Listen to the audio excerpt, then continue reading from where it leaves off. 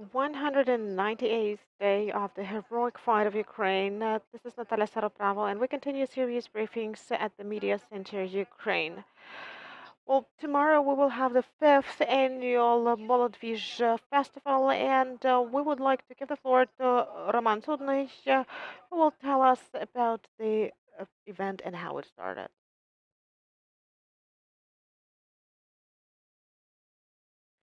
Good morning, everyone. This year's Molodvizh event is already the fifth one.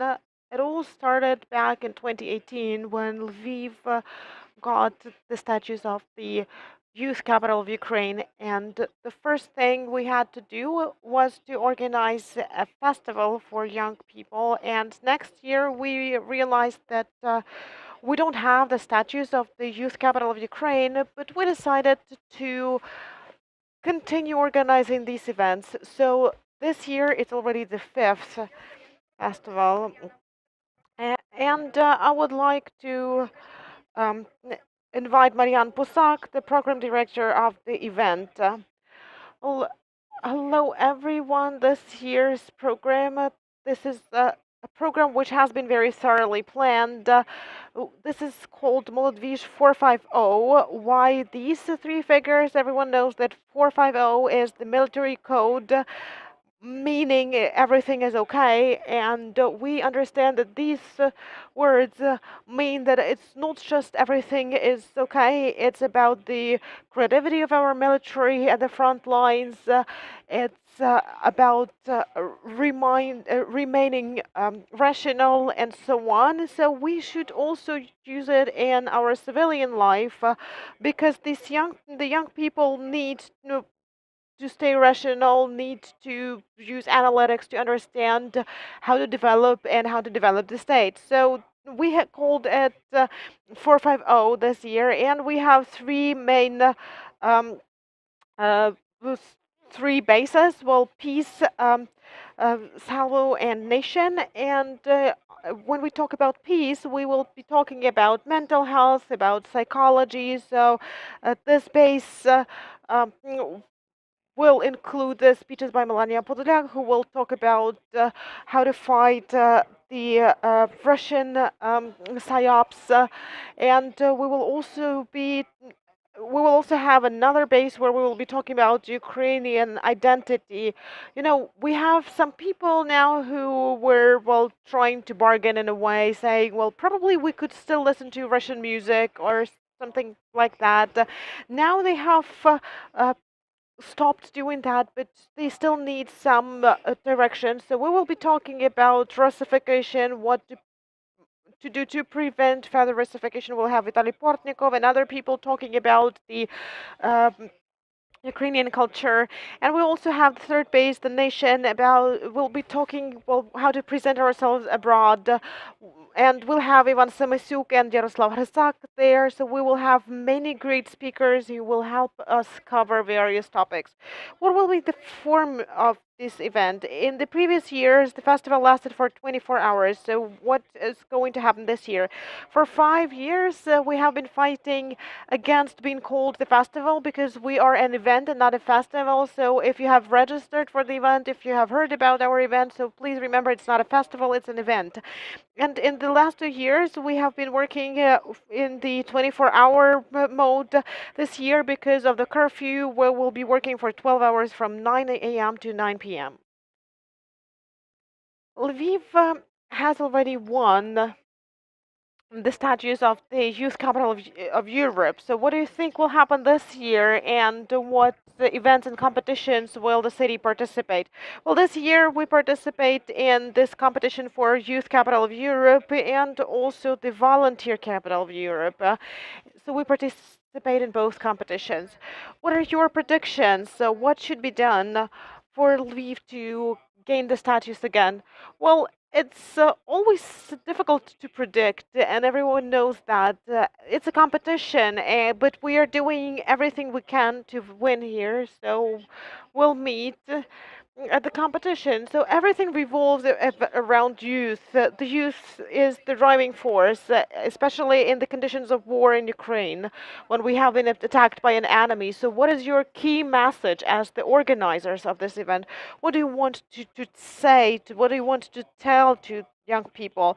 We want to send this message that we have a war in our country. I know everyone knows that, but we want to stimulate their development. We want to stimulate their networking. So it's about networking, it's about communication, it's about developing various projects and initiatives. So the main message is please network, please create new things, because this is what our country needs at the moment. Many young people have gone abroad. So, what is your message in this regard? What should we do for these young people to come back to Ukraine and to start restoring the country? Well, first of all, the main message is please come back. It's safe in Ukraine, relatively safe. And we hope that all municipalities will do something to get the young people back. They started schools and universities to attract young people to get them back. And we also should show them that it's possible to develop here, it's possible to implement great projects here. Maryan, Roman, could you please tell us what coverage of this event is planned? And I'm talking not about young people, but about Ukrainians in general, about everyone who's interested in this event. So, how many people get involved and get interested, and does this number increase with every year?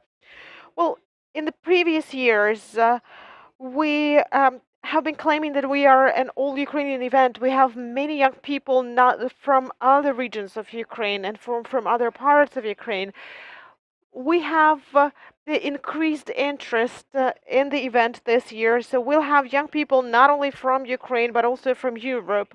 We'll have a delegation from Lublin, which is in Poland. N- so I should say that with every year we uh, achieve new heights, and we hope that next year we'll organize an all European Molodvizh event. Well, this year you'll have several platforms which will be interesting to various uh, target audiences, how to restore the nation, how to work for the victory. So, what is the role of young people? What each and every young person in Ukraine can do to achieve victory? Well, in fact, I believe that young people have already gotten involved, starting from the 24th of February, by staying in the country, by volunteering round the clock.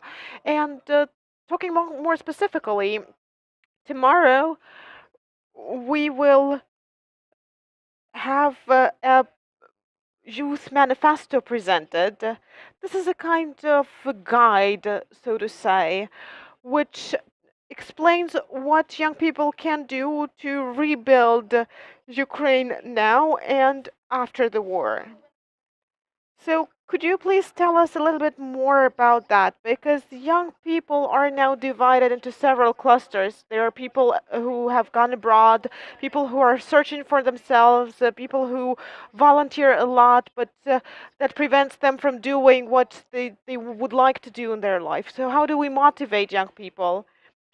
Well, talking about this youth manifesto, we do this together with the Ministry of Youth and Sports, with the Ukrainian Catholic University, and with various governmental and non governmental organizations to understand how to bring young people back. Because our main goal is to bring young people back to Ukraine, because this is our potential, which will help us rebuild the country and develop it further. So, how do we motivate these people? I do agree with Maryan.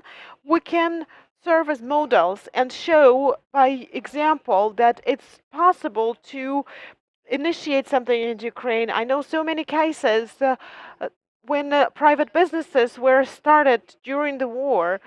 So we can lead by example and show that in Ukraine, in Lviv, for example, it's relatively safe, and you can create yourself and you can create Ukraine.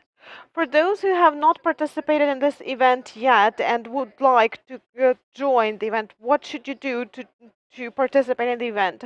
Well, our social media pages have a link to a chatbot. The registration would require you spending about 5 minutes, and after the registration, you will get a message in the chatbot, and you will get the information about the location of the event, and then you will be able to come to this place tomorrow.